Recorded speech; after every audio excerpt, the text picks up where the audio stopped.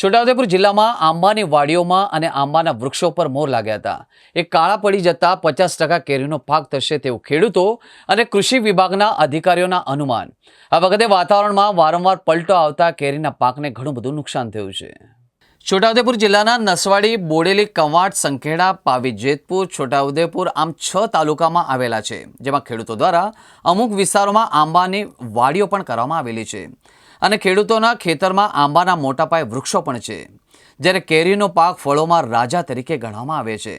જ્યારે આ વખતે આંબા ઉપર મોર મોટા પ્રમાણમાં લાગ્યો હતો અને કેરીની વાડીઓ ધરાવતા ખેડૂતોને મોટી આશા પણ હતી.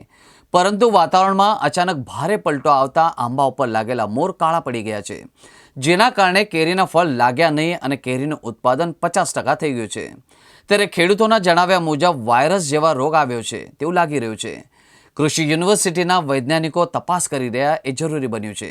આ વર્ષે કેરીનો પાક ઓછો થતાં ભાવ વધારો રહેશે અને હાલ તો જે પાક તૈયાર થયો છે તે 50% જ ઉતારી રહેશે તેવું ખેડૂતો જણાવી રહ્યા છે. મારે 20 એકરમાં આંબાની ખેતી છે. આખી વાડી બનાવેલી છે મેં જાતે. ચાલુ વર્ષે સંજોગવશાત એવી રીતે થયેલું છે કે આખા મોર મારા કાળા પડી ગયા. પહેલાં તલાલા પંથકમાં કાળા પડ્યા, એવી રીતે ઈંગડી મારે પછીથી થયા, જેથી કેરીનું ઉત્પાદન મારે 50% જેવું થઈ ગયું.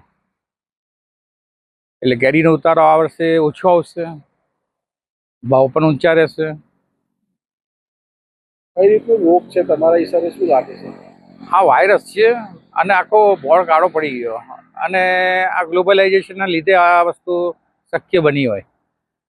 એ સંશોધનનો વિષય બાગાયતનો છે, બધી જાણ કરેલી છે તો ખબર પડશે. હવે આ વખતે છોટાઉદેપુર જિલ્લામાં આંબાના પાકમાં ફ્લાવરિંગ ખૂબ જ આવેલું હતું, પરંતુ જે પ્રકારે જોઈએ એ પ્રકારની કેરી જોવા મળતી નથી. એટલે સેટિંગ ઓછું થયું છે, ફળ ઓછા બેઠા છે.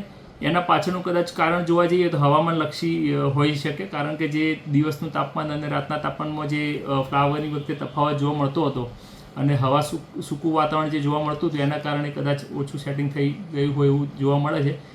કોઈ વાયરસ કે એવું નથી. એ ફળ ના બેસે એટલે જે મોર હોય કાળો પડીને સુકાઈને ખરી પડતો હોય છે, પરંતુ ઓવરઓલ જોવા જઈએ તો ફળ ઓછા બેઠા છે એવા ઘણા ખેડૂતોના પ્રશ્નો આ વખતે સાંભળવા મળે છે અને એના કારણે ઉત્પાદનમાં ઘટાડો નોંધાઈ શકે છે અને એના કારણે માર્કેટ પર પણ અસર પડી શકે છે. તો કેરી જે છે આ વખતે ખેડૂત મિત્રો જે છે એમનું ઉત્પાદનમાં ઓછું હોવાના કારણે માર્કેટમાં જે ઉત્પાદન છે ઓછું છે, એના કારણે કદાચ કેરી મોંઘી પણ મળી શકે છે.